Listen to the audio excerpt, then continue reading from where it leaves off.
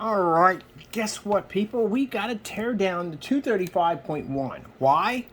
Because the 235.1 has to be the same size screen as the big one we have sitting over here. Why? Because there's a special program that I'm getting that allows us to be able to interact with the screens. And it would help if the screens were the same size, if we're dragging and dropping back and forth. So that means I am literally going to have to build, oh man, I'm going to have to build I'm going to have to build another screen.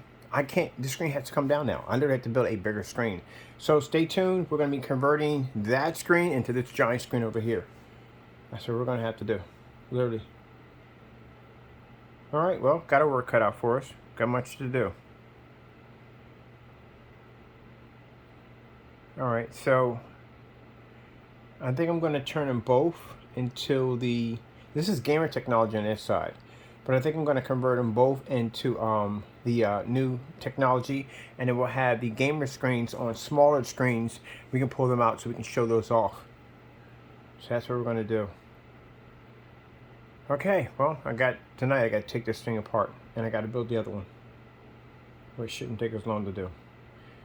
All right, back to work for me. Got to go.